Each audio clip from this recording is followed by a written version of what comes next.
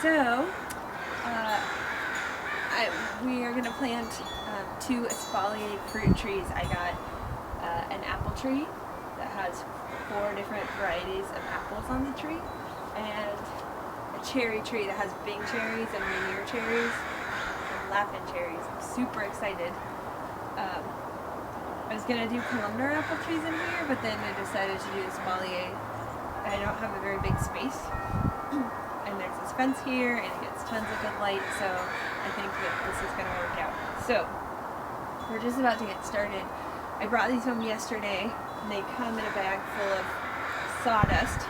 So before I got started this morning, I filled the bag up with water so that the roots could get really soaked in.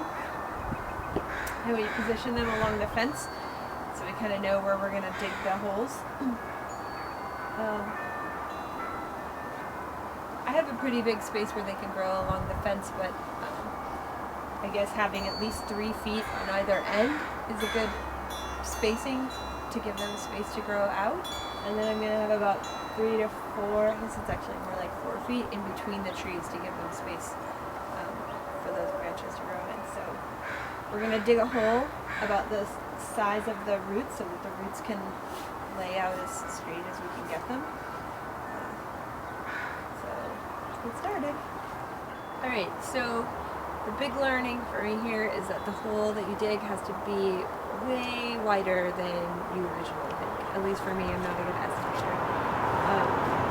So the goal was to dig a hole wide enough so that we could spread out the roots and they could be going out in this direction that they're going rather than like curling in towards each other or being smashed. So we dug a super wide hole.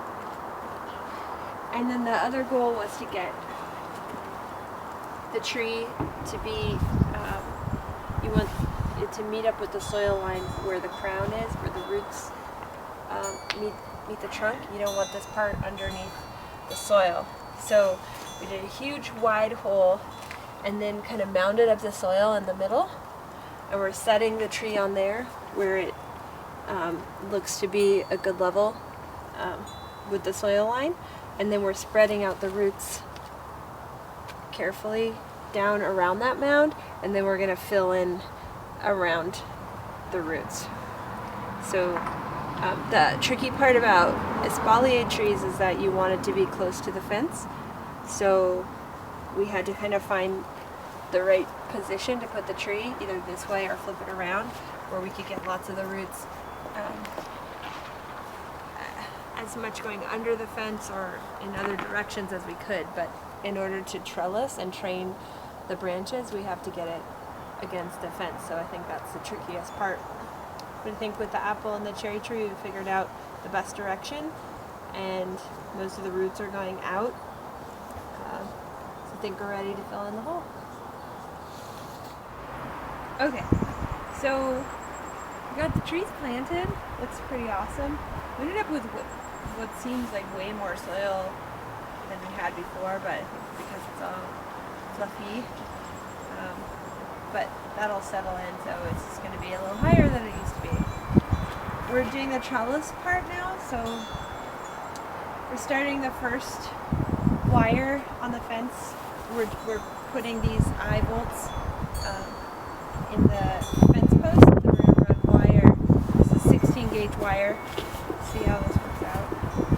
Between the lag eye bolts in between the posts. So we did the first one.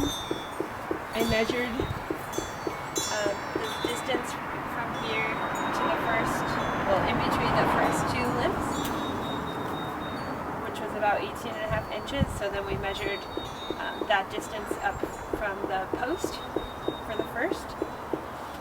And then these will be connected with twine in order to create like horizontal limbs along that wire. And then once we do that, we'll measure the distance that the next one will have to be, and I will be training these limbs along the second wire of the trellis. So see how it turns out. Go. Alright, so we pretty much have the trellis up and almost completed. We ran into a couple little problems. Turns out these posts are really dense, so we were putting in the eye bolt here. It was so dense that the eye bolt just broke off, so we had to upgrade to a thicker bolt, and we went with stainless steel instead of the zinc plated steel, and that seemed to work better. But basically put an eye bolt in one post and the other, and then tried to get the wire as taut as we could, and we spaced out the wire based on where the branches were. So yeah, and then I used some twine to loosely tie the branch to the wire. So I'm training them to grow horizontally along the wire. They were kind of going up that way, so took a little bit of kind of putting a little bit of pressure on the branch, but it seems like it'll be good. So I think we're just about there. We just need to make sure that we water this really deeply, and we'll finish trellising the last branch.